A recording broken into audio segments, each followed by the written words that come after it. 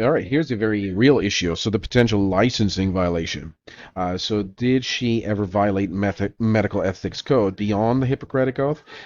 Could her license, medical license, be challenged based on moral or ethical grounds?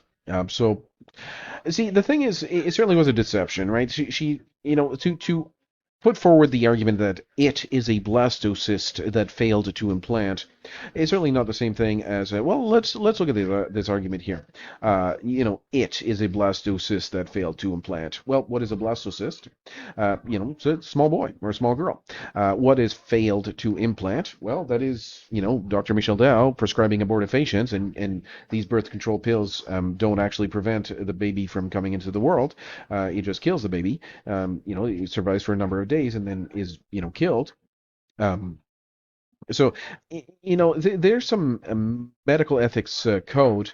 Certainly, I mean, this kind of license revocation would, would be so evident. It would be so evident that you wouldn't need a very strong amount of persuasion to. But I mean, I understand the system is designed to continue on with this foolishness here. I would call it a foolishness, but foolishness. Calling this a foolishness would be an insult to foolishness. This is just downright criminal. It really is a crime against the very humanity that we stand for. It certainly is. So licensing, right? Could she have her license revoked? My goodness gracious, take away this girl's license. I mean, this is certainly not a doctor. I mean, this is a wacky lunatic running around. Extraordinarily dangerous woman. This is an extraordinarily dangerous woman, and society as we know it is allowing this kind of nonsense, and if I were a especially a doctor in her position, I would certainly challenge these types of I would not be an abortionist. I mean, I would my dream job is a neurosurgeon. I mean, I certainly would like to be a neurosurgeon. That would be my job. What to do brain surgeries, to do spinal cord spinal cord operations and things like that. But I'm probably not going to get there. But why did I not get there? The reason that I didn't get into medical school is because I had children, right? Right when I basically got out of high school, I had this wonderful, wonderful boy. My son is just so wonderful, and thank goodness that it's my kid's mom, it's not my wife, but thank goodness that my kid's mom did not take um, these birth control pills. And I also have a wonderful, wonderful son that was born a few years after. He's just absolutely wonderful, wonderful, wonderful child. Just a wonderful teenager. As of 2025, he's a teenager. It's pretty cool, actually.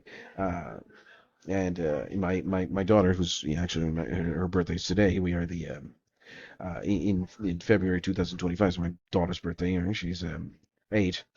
So I had but between my daughter and my son, so my son is 13, my daughter's 8. There's a child there missing. There is a child missing. That's my son or my daughter, with the brother of my son, or the sister of my son is missing, right? That's the issue here, is that this child, it was real, and this child was real. So what happened was that there my younger son was born, and then after that my kid's mom was on these birth control pills, and that led to the death of my child, and my child would have been about 10 years old, somewhere between 13 and 8. My child certainly was alive, and there was a humanity, and she can never take away the humanity of my child, never, never, never, never.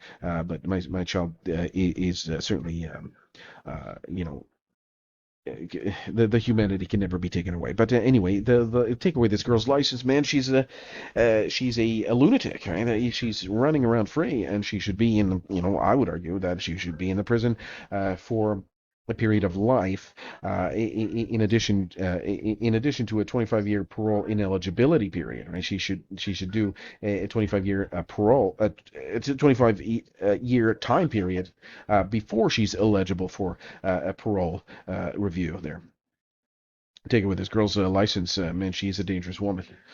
We got to get this under control.